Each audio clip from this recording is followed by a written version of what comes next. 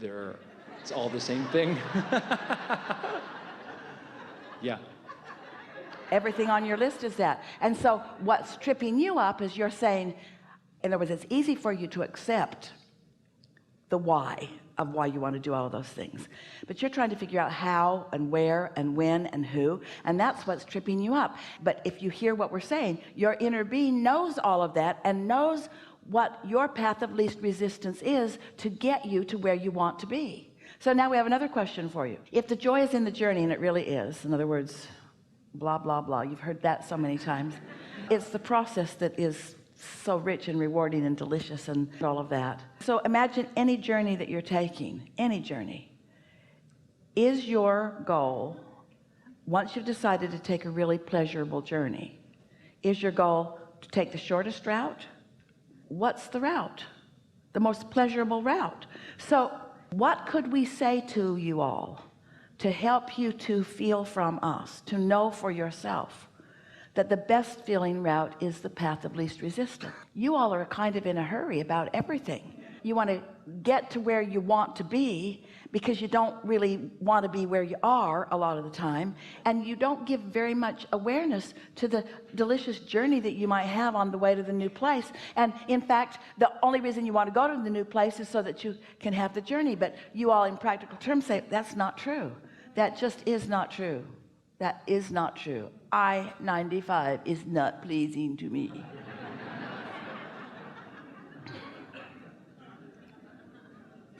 Next. We only got 3. What are the other 7? Three's probably about it right there, right at the moment. So it's really not nearly as long as I thought it was. Yeah. You're just making stuff up. You're just making stuff up to prove a point that hurts you when you make it. Yeah. There's too much to choose from. No, there isn't. No, there isn't. I don't know which way to go. Yes, you do.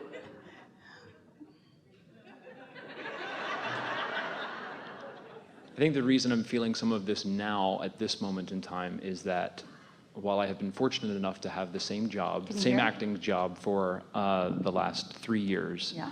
I know coming up in the next 3 months that I am leaving that job. So I am trying to approach it in the sense of, all right, let's enjoy the journey. So let's talk about this flawed premise. It feels to you all in your physical form, you're moving from this job to this job to this job to this job, when what's really happening is this job created a whole bunch of stuff and this one created a whole bunch of stuff, and all of that stuff's available to you, and that's what you're moving toward, unless you think you're moving from this job to this job to this job to this job. So what do you think in the current acting job, what are the best parts of it? Never mind. What are the worst parts of it? What's the best part of it? It's steady and therefore something that you can count on financially? Yes, and it's a show I enjoy doing. It's something I enjoy. But why? Because it has wonderful music and people love it and it uplifts people and it makes people happy. Why would you want to go anywhere else ever? Sounds like everything that's in your vortex. There are a few people there who make my backstage life quite unpleasurable. All right. When you know what you don't want, focus on those for a moment. What are you putting in your vortex over and over again because of your wonderful collaboration with those rascals? What have you put into your vortex as a result of your co-creating with them? More freedom, more people who I enjoy working with. People who behave themselves so when I look at them I don't have to do any work, I can just like them because they're likable? No. Yeah, that's what you meant. That's what I meant, but that's not right.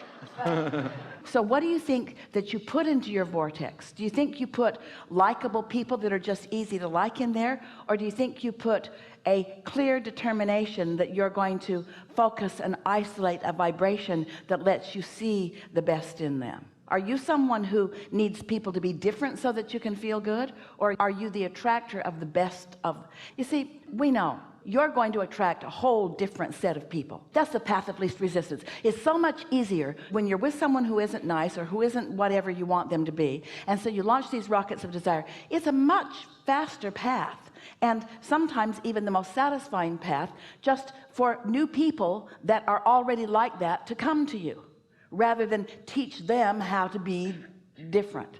But nothing that we're talking about in these hours that we've been together is about anybody changing in order to satisfy what you want. We're talking about your point of attraction. And so you can't get there from there. If you don't like something about where you are and you want to go someplace else, there'll be people just like them over there. It's just the way the law of attraction works. So what do you feel like you've put into your vortex as a result of working with them? Give us a little more of the nitty-gritty of what it's like to be with them on a daily basis.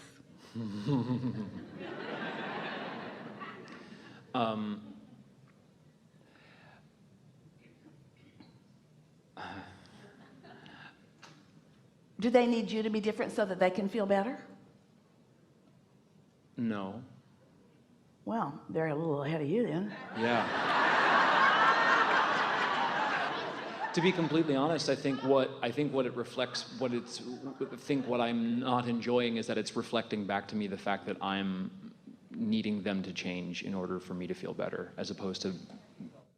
So maybe on this journey you might enjoy the self-discovery of getting out ahead of it instead of just repeating day after day the same thing, getting out ahead of it and then discovering something that you didn't expect to discover and feeling the surprise and the delight of that.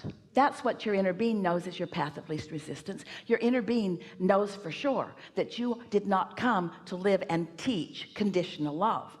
Your inner being knows for sure that you didn't come to say, spend your time and get it all figured out and then find this little herd of people and run around with them. If you find the right herd, then it'll be fun when you run around together.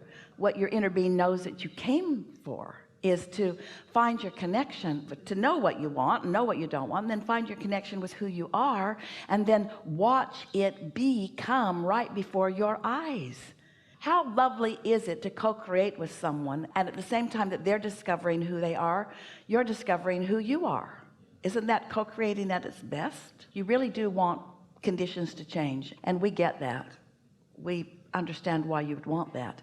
And there's a little thing that we like to say to you that could feel like a paradox to you when we say, if you care about how you feel and you isolate what feeling good is, and you do that a lot of the time, then things will change. And as they change, you'll like the change, and your appreciation of the change will perpetuate it more. So there is this perpetuation thing that happens.